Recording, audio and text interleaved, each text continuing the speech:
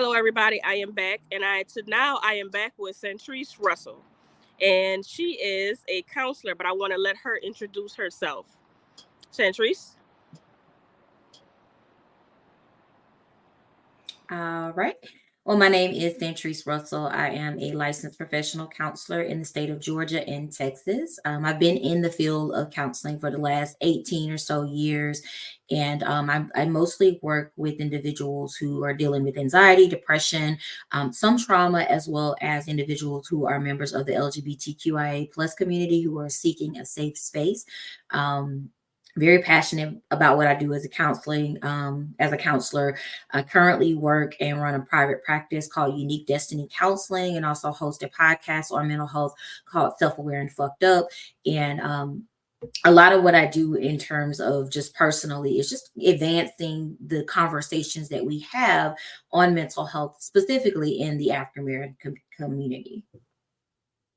Yes. Have you noticed that we have kind of come a lot further than we used to be when it comes to mental health? Yeah, absolutely. I've definitely seen a lot of changes in terms of just the amount of Black people that come to therapy, just in general. Like, I think overall, the pandemic did a lot to kind of shift a lot of people that weren't necessarily coming to therapy before then. With that, when the whole situation in the world shut down, it forced so many people to really like have to deal with themselves and how they felt about themselves because they were kind of stuck in the house and they didn't have anything else going on, and it really brought up a lot of stuff for people. So I've definitely seen a push from when I really got back into like just face to face counseling to now. And that's been, I think, it's like, I think 2018 is when I really got back into doing therapy, because a lot of my other part of my career was focused on like crisis intervention, suicide prevention, and working in a hospital setting. So since going back into like face to face counseling, it's been a lot more people that are coming that look like me. Yes, because I remember at one point there was like a stigma attached to therapy and counseling, but now I see more influencers, rappers, and artists talk about it. So people are Mm-hmm. now, it seems like they're more welcoming to start talking about therapy. Do you notice that when people come to you, are they a little standoffish? I don't really experience that a lot. And I think it's just more so because of my engagement style. Like, I don't approach therapy as this kind of checklist sort of thing where I'm coming in and I'm asking you these questions that are on a piece of paper and making it seem cold or clinical. Like, it's really about having a conversation and really kind of getting to know what is the person's view from from their standpoint and their point of view, versus trying to fit them into some type of clinical mold. And so it doesn't I don't have too much difficulty, but I will say that clients do express like feeling a lot of anxiety during those first sessions, just because you don't know. Like, you're pouring out your heart to someone and telling them all of your business, and you don't know this person from a can of paint. Like, you really are just kind of having to be open and trusting. So I find that even if they don't necessarily show that they're nervous, they will admit later on in the process that there was some nervousness starting out. Okay. So as a therapist, how can you stay completely take your mind out of it? Because I know a lot of times you may hear things and you run into things that you may have a strong feeling for. So how can you handle those type of Mm. situations? Yeah. I mean, I think within the field in general, like, we just have to have really good boundaries. And that really plays into like emotional boundaries, when that's why we can't see family and friends, like, because we can't separate ourselves. If there's something going on, I can't counsel my brother or my best friend, because I would take on their problems. Whereas being in the position of a therapist, it's like you're joining with that person, and but like, you can't fix it, so you have to like, it's not a, I always say it's not a good feel for empaths, but it can be problematic if you can't separate yourself from the client's problem. So for me, I just look at it and I take it one client at a time. When I'm with that person, that is where my focus is.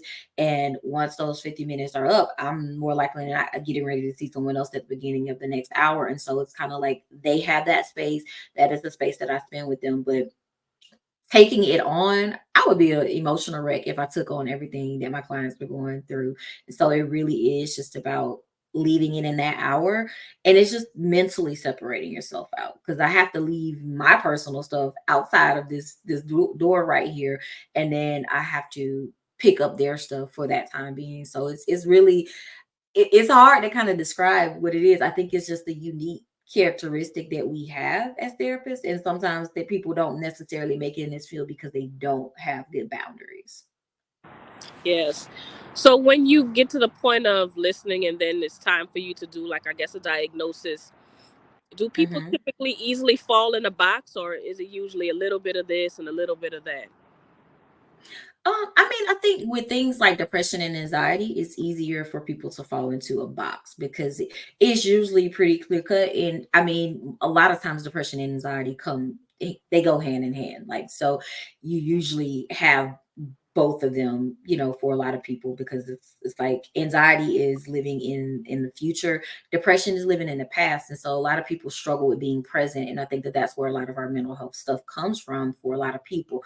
But in terms of like other types of diagnoses, like if you're talking about personality disorders or things like post-traumatic stress disorder, like I think for those you have to dig a little bit deeper just to get a more clarity about, okay, well, what is this? Because a lot of disorders can look like other disorders. Like someone can be depressed and also have PTSD, but the symptoms may not show up if you haven't dug deep enough to know the trauma. And some people are good at hiding their trauma. They're good at keeping it in. I've had a client I was working with for about a year or so, and we didn't even get into the trauma until then, because they kept it so guarded that they didn't want to go back to the past. They didn't want to talk about some of those things. They wanted to deal with what was going on. But sometimes when it is those hidden things like trauma that people may not vocalize, it's not as easy to kind of fit into like this box or this box when it comes to like looking at a clinical diagnosis. Right. We kind of had the discussion probably about a week ago. We were talking about some narcissists, and there was a Hmm. situation where this particular guy was a narcissist, but he didn't really show. I don't want to say he didn't show all the signs. He had all of the signs, but some of the characteristics about narcissism he didn't have.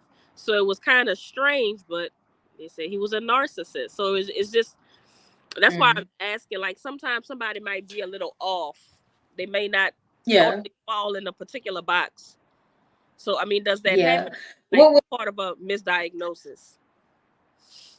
I mean, I think it's definitely common to have things be misdiagnosed. What was the situation with the person that was a narcissist that Um. they didn't diagnose?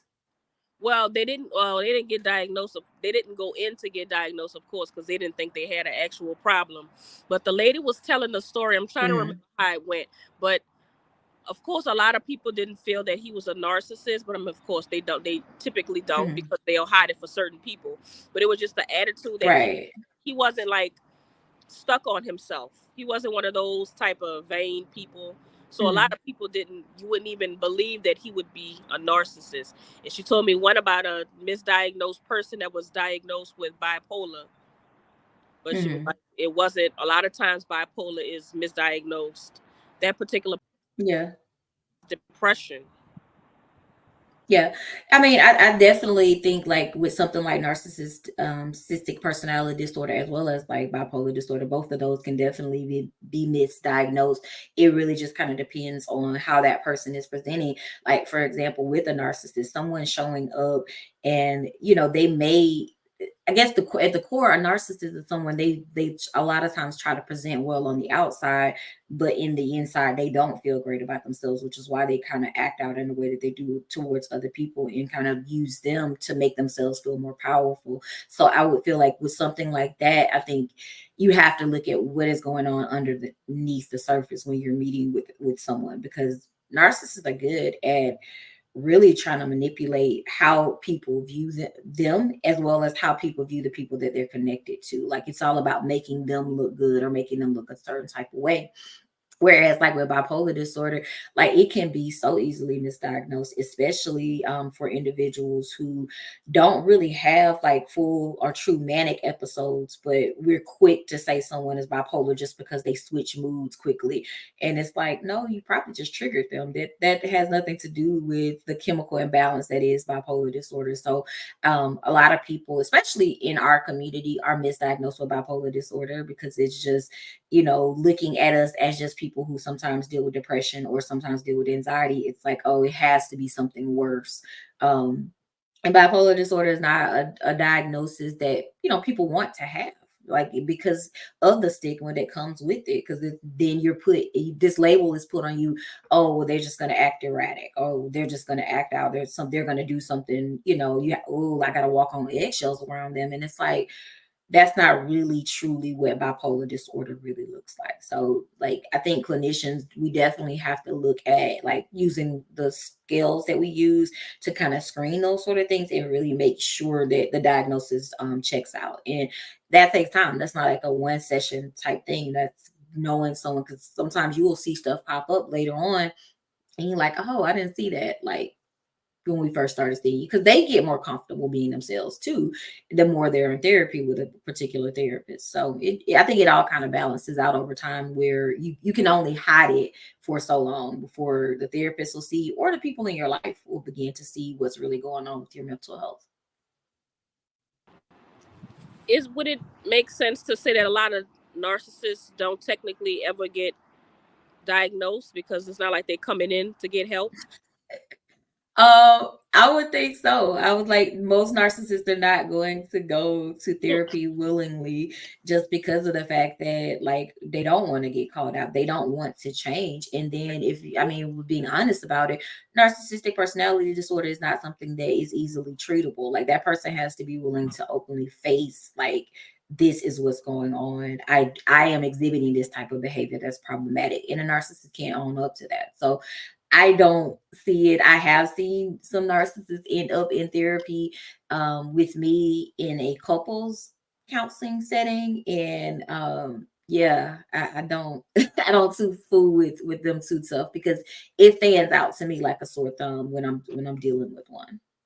Yeah, yeah, I can I can kind of see that, and I'm trying to remember the story. But the lady, she told me that her husband was a narcissist, and he Mm, would have her, and she actually grew up. Her parents were that as well, and they had her being seen as bipolar since she was younger. That's what the story was. She was being mm. seen because they made it seem like she was the one that had the problem, and that was from when she was a young girl. So that is pretty sad. So, what do you think about anxiety? Is that something that's maybe misdiagnosed a lot, or what's the deal with anxiety? Um, I don't know. I don't think anxiety is as misdiagnosed because I think it's so like common now to talk about anxiety and how it shows up, whether it's stressed or worrying. A lot of it is about just not being present. And so I think that people are more comfortable talking about anxiety than they are admitting to or talking about depression or other type of mental health disorders. So I don't see it being I guess maybe it could be misdiagnosed in, people going to like a primary care doctor or something of that nature and like just kind of checking boxes. I could see it being misdiagnosed in that way. But in terms of how it shows up, like from a clinical standpoint, I think it's something that we are embracing a little bit more, especially in terms of how we talk about dealing with and treating anxiety. That's true, and I'm asking that because a lot of times people with anxiety, they go to the hospital and, oh, my heart, I think something's going Mm, on with my heart. I think we're having a heart attack. Like my friend, she was just yeah. telling me that she had to go to the hospital, and she said they just gave her Valium, like so they know Mm, that yeah. it's. But sometimes I don't know, something may really be wrong with the person, but we just assume they have anxiety, so we give them anxiety medicine. Yeah. Yeah.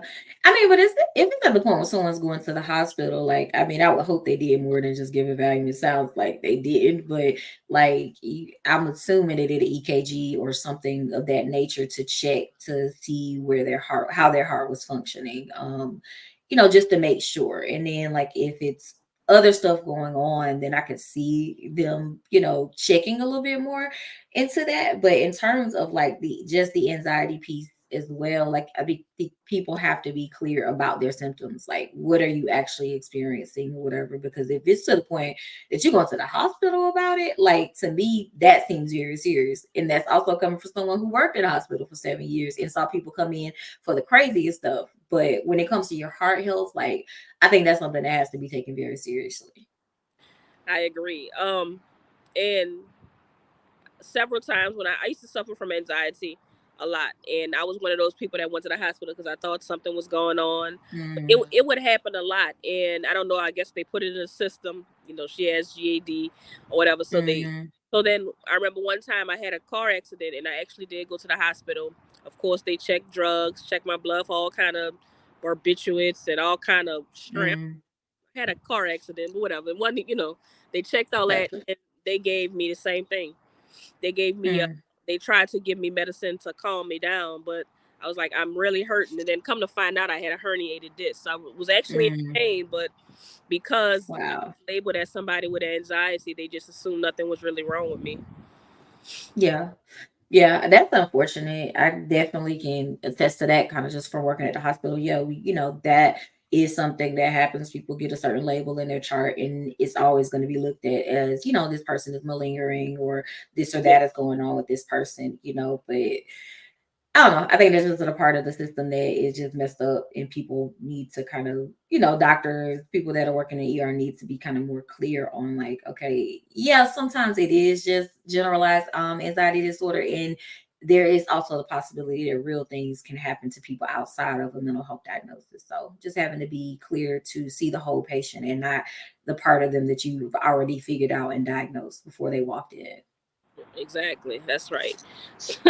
So going back to like your practice and having more African Mm, Americans talking about therapy, do you see that do you feel that there is a huge issue with abandonment when it comes to, like they say, daddy issues and mommy issues? yeah. Absolutely. Yeah, I got those, but that's a whole different story. But there are a lot more people, that are suffering with things like that because I mean, like the people that are coming are my age now. Like there are people who grew up in the middle of, a time where people were raised by outside of the home with their mom or dad. They stayed at grandma's house or they stayed with the aunt or someone else or whatever. And so like even though mom and dad may have been there, they may have loved you, but if they weren't present, sometimes it still like leaves those feelings of like, okay, well, why wasn't I good enough for you to be there for me, or why didn't you love me enough to have me, here? But I see you doing this, especially when people have kids like that are far apart in age, and you see how a younger sibling is being treated versus how you were treated. I think that creates certain level of abandonment for a lot of people, and it definitely shows up not only in their relationships with their family, but also in their romantic relationship. I think that that's where the abandonment piece really stands out for me when I'm working with people because it's like they never recovered from that childhood abandonment, and now they develop that anxious attachment style, and that ends up impacting how they show up in a relationship, and it's always that fear of the person leaving. And so it really is something that a lot of people struggle with it. Not just us though. It's just something that a lot of people struggle with in general. All right, can you go a little bit more into the anxious attachment style? Yeah. So people who have anxious attachment style, it's always that fear of abandonment for them. It's kind of like, I don't think you're going to stay with me. I can't trust that. I'm always nervous and asking for reassurance. If you say the wrong thing to me on the wrong day, or your tone was a little bit off from the way that it was yesterday, I think you're going to believe me. It's always that perceived threat that you're going to leave like my mom did. You're going to leave like my dad did. You're going to leave like my last partner did. And so they don't have the ability to just kind of relax. It's like the brain is always going and that fear is always present. So with people who have anxious attachment, a lot of what they have to do is kind of ground themselves and really be able to truly like realize I can't control this person leaves or not. Maybe they just were having a bad day. That doesn't have to mean that they're trying to leave me. So it really takes a lot of having to kind of reel those emotions back in and staying again in the present and being able to really kind of check that and acknowledge what it is. But the problem is people sometimes don't want to admit or own that that's what's going on, and it keeps them stuck. Gotcha. So I know you said they have to kind of ground themselves. So there's people that's dealing with the attachment and the abandonment. What does that mean? What is like a exercise you would do with somebody that's going through abandonment? Yeah. So the main thing is what I would do with them is some CBT technique called Socratic questioning. So Socratic questioning is a method of walking through irrational thoughts. And so, if someone says, "Hey, I think my partner is going to leave me because they didn't put an exclamation mark in the back of their text message," and they usually put an exclamation mark on there, so this the tone is different. I read it differently, so that's my insecurity that they're going to leave me. So I would have that person take that thought, like, okay, is this true? Like, is there any fact to back up the idea that this person is going to leave you because they left an exclamation mark off of their text message? That person would walk through it. Well, yeah, because they usually put exclamation marks on it. They must be mad at me. Where's the evidence to support that? Oh, there isn't any evidence. Okay. So can we talk through, well, what is the evidence to support the fact that they don't want to leave you? And so it's making them look at all of the things from all the different angles and not just focusing on this one irrational thought that they took just from a blanket text message that didn't have the punctuation that they were used to. And now we're looking at that. So we break it down. Well, what is this really about? Is really about something from your past. And so being able to go back and figure out, okay, well, why do you react this way? Because it starts somewhere. If it doesn't start with an early childhood relationship, then more likely than not, it starts with a relationship that they've had somewhere. So I do try to help that client go back to figure out where did you start this, and then bringing it back to the present and letting them like really walk through, like grounding themselves, realizing that, okay, today is this day, this year, this time. I'm not in that situation. I'm right here right now. There's no evidence to support any of this stuff that I'm making up in my head. So I'm just going to try to focus on being in the present. And so with that also, meditation, doing things to help relax their mind, helping them. I always tell clients like using relaxation music to kind of help self-soothe when they're in those moments. But a lot of it is changing the way that they think and confronting those irrational thoughts through the session, and then giving them exercises outside of the session, like an actual worksheet that they can use to walk through some of those feelings that they're having, and those thoughts that they're having that's causing them anxiety around the secureness of their relationship attachment. Is it common that they actually get over it? Um, some have. I think that the thing is the triggering piece of it, because a lot of times when people are triggered, they go back. And so it's hard for them once they're triggered to come back to the present. And so a lot of it in the therapy session is talking through it, but they still have to do that when they're not in session. And so I think the hard part about it is when people don't exercise that muscle enough to know, like, hey, I can't, I'm doing this again, I don't need to do that or whatever. So I would say it will work as much as the client is willing to put in the work to do it. Like, we can give all the techniques in the world, but if a client is not going to stick with and do the things that we're sharing, and it's just like, okay, well, I realize this is a problem, but I'm not going to do anything about it, then yeah, it's not going to work. Wow. So and that's I guess what I'm thinking. It seems like with these conditions, it seems like it's almost hard to kind of like get over them. I know definitely with Mhm. like narcissism, but then again, you Yeah. have to want to get over it, but you have to think something is wrong with you in the first place. So it's like Right. at some point, do you just feel like you just beating a dead horse, or but really you just there to listen, huh? No, you are there to help. And yes, sometimes it feels like you beating a dead horse because it depends on, again, on the client. I've had really a lot of clients that have had great success with being able to move through issues or whatever. And those are the clients that I get out of bed for in the morning to work with, Right. because they're the ones that really want to change, and they're the ones that apply and listen and do the work. If you don't Right. do the work, nothing's going to change. But again, going back to that boundary and that kind of separation, I understand that the only person that I have control over in terms of choices is myself. So I can give you everything, Right. all the good stuff. If you, it's what you do with it that's going to make a change in your life. And if you don't do anything with it, and you just want to pay me to talk to me, and you just want to, give me your money just to listen to you, but you don't want to do the work, that's Right. okay. The check don't cash the same. But I love working with the clients that do the work though. That is my passion, and being able to see from week to week or month to month. And I have clients I've been with for years that just do routine maintenance. Like seeing that and seeing the growth, that is what drives me and my desire to do this work. Right.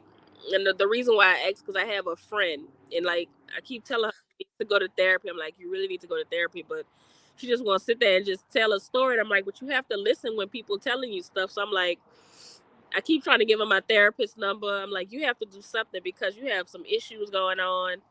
But Mm, sometimes I just feel like she just want to tell a story. I don't even feel like she want to fix it. yeah. And it be clients that come to therapy that just want to tell their story. Like sometimes people come just because they don't have anybody in their personal life that will listen to them. So they will come to us because they want to be able to regurgitate what's going on versus actually doing the work to fix it.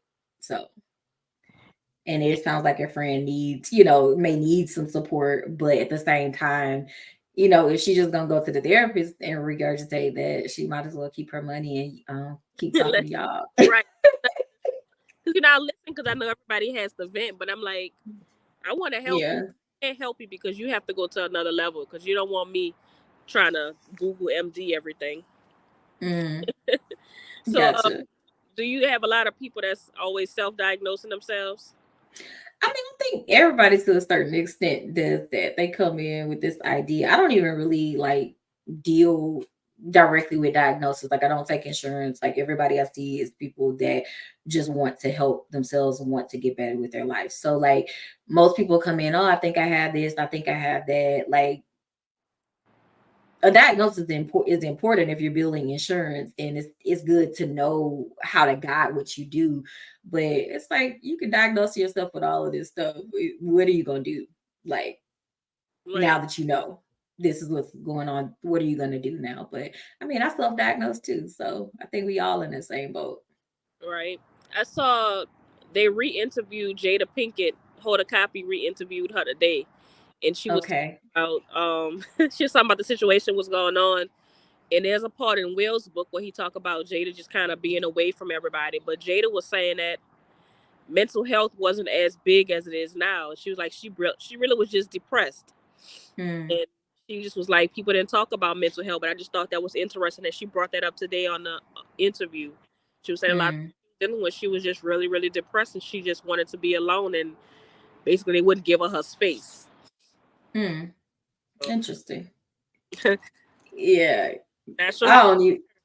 but I don't know. Yeah, I mean, I'm sure like a lot of black women have to hide their depression or not have the chance that they need to take care of themselves because they have to be a mother or they have to be a wife and they have to show up for everybody without taking that time or whatever. So regardless of my thoughts right now on Jada and the media, and all of the foolishness that has gone on or whatever, I think that that doesn't invalidate her experience as a black woman dealing with depression. But yeah, there's still some other stuff going on with Jada. A lot of stuff going on, but unfortunately, what you just said is a lot of the reason why she didn't speak up for a long time, and that's the part of not speaking up. You get if you don't tell your story, somebody else will. So like, Right. we have to learn how to be comfortable with our own issues and our own trauma, so we can tell our story. Because now you got to play catch back with the world, trying to get the world back on your side. Yeah. You know, Yeah, I mean, she doing a lot of work for that. I'm sure there's a lot of people gonna buy that book that she's releasing just because of a lot of the, I mean, obviously in the media you're gonna get the sound bites, you're gonna get what was said and probably taken out of context or whatever. So I ain't gonna speak too much on her just from the negative side of it, just because I know it's only sound bites for the most part. But right? I'm ready for Jada to stop talking though. Yeah, and I did pre-order the book. It come out tomorrow, so I mean, but I had read Okay. books. I already knew all this stuff was coming. It just Mm, how it shows up. But I can't wait to see when both of the stories are out. Or people actually gonna listen to both of them, or they gonna just continue to think what they've been thinking anyway. But yeah, that's part of being, unfortunately, some the unfortunate side of sometimes right. angry black women is that's all we get. Do you see more Yeah. people coming with mommy issues than before? Um, mommy issues. I would say more than before. I would just say that I see that just as much as I see people with daddy issues. I feel like a lot of times the mommy issues are more difficult to work through just because I think just the nature, the our natural kind of sense is to bond with our mom. And when we don't have that, or we are disconnected from our moms, or maybe just had poor relationships with them throughout childhood, it I think it just does something differently than the dad not being there. It's just something they say about that bond with the mom and the child. And so I think our brains are wired to think our mom should be this way and our mom should show up for us in this way. And when that does not happen, our brain is trying to compute what our body is wired towards, and it just makes it more difficult to process through, because it's like you can accept your dad not being shit. You can accept that more than you can accept your mom not showing up in that way. And so a lot of the people that I've worked with over the years that have worked through mommy issues, um, it's up and down. Like it's like, okay, well, we good right now, and then we're not good later on. Because I think your mom can do one thing to piss you off, and it'll just like reset all of the work that you've done. And I'm talking about myself right now, but you know, it can just reset all of the work that you do in therapy a lot of times, because like Hmm. life don't stop life, and just because you're going to see somebody every week or every other week. That is so true. So what about a life coach? Do you think that Mm. that's also important to have? I mean, I don't have anything against life coaching, and I think you choosing between a therapist and a life coach, yeah, you can have both, absolutely. Yeah, I think just what we do is a little bit different in terms of like the healing piece of it. Like the life coach, I think focuses more on how to move forward and how to reach whatever is in front of you and deal with and work through those sort of things. Whereas therapy, a lot of times, it goes backwards. It goes to dealing with the unresolved trauma and process work that life coaches aren't able to do, because they don't, I'm saying, it the way that their stuff is regulated versus the way that our stuff is regulated. But I don't have no beef with life coaches. I'm in support of what they do in terms of that. Everybody don't need a therapist. Everybody don't need a life coach. But I think that if you're doing both, I mean, kudos to you. But Right. I'm here for the life coaches. Right. What about journaling? Um, Journaling, I have a love-hate relationship with that. I think it's a very good tool. And I think if used correctly, meaning like if people are using it to actually process their thoughts, get things out, and not using it to kind of dwell on negative stuff, like I think it can be definitely very helpful. It's something that I have my clients do a lot, especially like different journal prompts based on different sessions that we do, or we have. So like if there's something that comes up that I want them to explore a little bit more, I'll definitely have them journal and write a little bit more to that. But I think like daily, just being able to have the space to get it out of your head and move through it is a very helpful tool. It's just, I think the problem can come in when people are going back, and just journaling negative stuff, or journaling negative stuff and going back to it. Sometimes it can keep you stuck. Okay. I just bought me one of those little journal things I saw on TikTok. Everybody keep ranting and raving about it. But I have so many of those guided journals, but I just never finish them. Mm, gotcha. Which one did you get? The one I got, I have a bunch. I'll post Uh, a picture of the other ones. I must have like five, but I just ordered the shadow work. Shadow. Okay, gotcha. Yeah, that's the big thing right now. Yeah, everybody. I saw it on TikTok. I said, okay, let me try it. But I probably must have five. I have journaling for Black women. I have a bunch of them. So, Gotcha. but like I think I'm probably one of those people that could probably use a mixture. But I use a therapist. But I need to go back to therapy. I hadn't been back in a while, but I need to go back so I can finish working on all my issues. Mm, Because I we have, got you. the crazy thing is, a lot of times, like especially us with the generation that we were in, we we didn't know it was anxiety. We didn't call it anxiety. We kind of said other stuff. So it wasn't until Mm, we became adults that we actually learned that it was a term. I remember, like, now that I know what it is, I think back and I remember I used to always ask my mom, "Can I go here or can I go there?" And my mom would always say, "Oh, you might get hurt, or you might this, or you might that." You, mm, I'm like, "Mom, can I go to the parade?" "You can't go to the parade. You saw the float just hit one of them kids," and yeah. I think she kind of made me like her, but I didn't realize Mm, when I got older that that was anxiety. I'm always thinking yeah. something gonna happen, so I didn't want to go here and didn't want to go there. But my mom did that to me, not on purpose. That's just because Right. she was. That's how she is. So it just, it's Yeah. interesting. Like we don't really know that all these that anxiety is going on. We've always had these terms. We just didn't know that. Yeah. I mean, yeah, it goes back to just our culture though.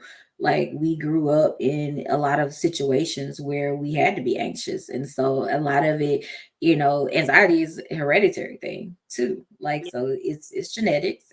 So she could have passed it on to you by her language, like the behavioral social piece of it, like you seeing her anxiety and becoming anxious because of that, or just biologically she could have passed it on to you in that way. And so like I think the good thing about our generation is that we are doing things to kind of break that cycle. We're naming it and we're doing the work to kind of overcome it, and hopefully that translates to future generations.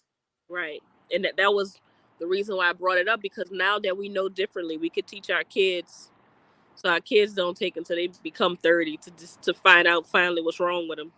Right. Yeah, definitely. And a lot more kids are coming to therapy too. Like I think it's more common, like even parents, because I don't see kids anymore, but like I do still have people that reach out to me about seeing kids, but like parents are being a lot more proactive in this generation about getting their kids help pretty early on that they're seeing stuff.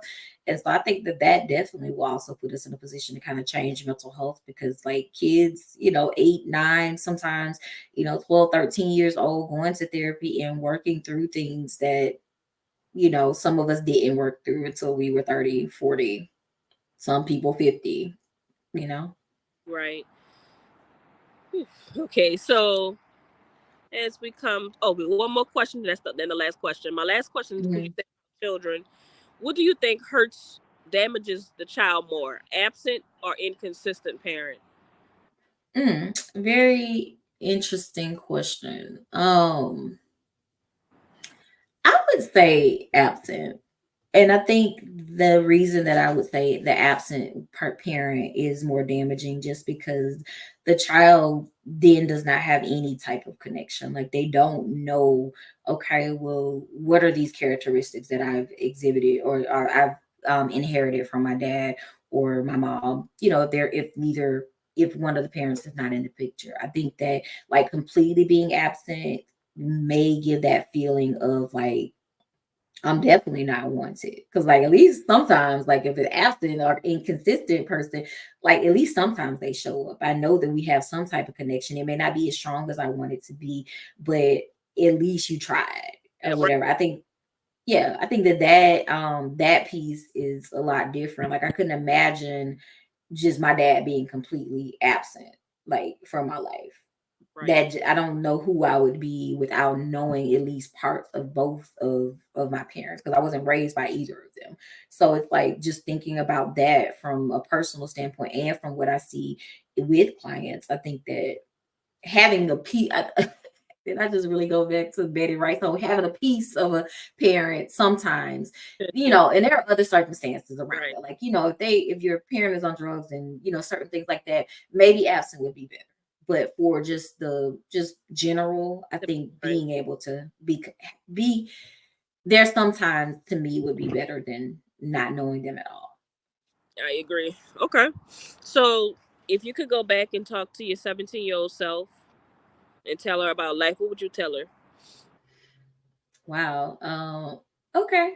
So I would think I would tell her, don't worry about what struggles you're going to face in the next upcoming years. continue to go inward, continue to keep your relationship strong with God, and continue to focus in on your own personal growth. Don't allow the noise of other people and their judgment of you and your life and your choices around your life for your future. Don't allow that to distract you or deter you. And don't let anybody tell you that because you're from where you're from, that you can't be and do anything that you desire to do. Yep. Continue to love yourself and pour into that as you move forward. Gotcha. Okay. I like that. Can you let everybody know how they can keep up with you, follow you, support you? Absolutely. So you guys can check out my website, uniquedestiny.org. You can also follow me on all social media platforms under the handle at Tree the LPC. And you can also just Google the Stuff We're Enough Up podcast. It's available on all major streaming platforms. So that's how people can connect with me. Great. I appreciate it. So again, thank you so much for being a part of it. I enjoyed your conversation. We are all on a little self help journey. So we are doing it slowly, and at some point we're all going to be touched a little bit. So I thank you for coming on and blessing us with your presence. Thank you. Thank Yeah. you for having me. I appreciate that. Nice to chat with you. Good. Okay. So thank you all for listening. Remember to like, comment, subscribe, and share. And if the Lord says the same, I'll see you all next week. Bye bye.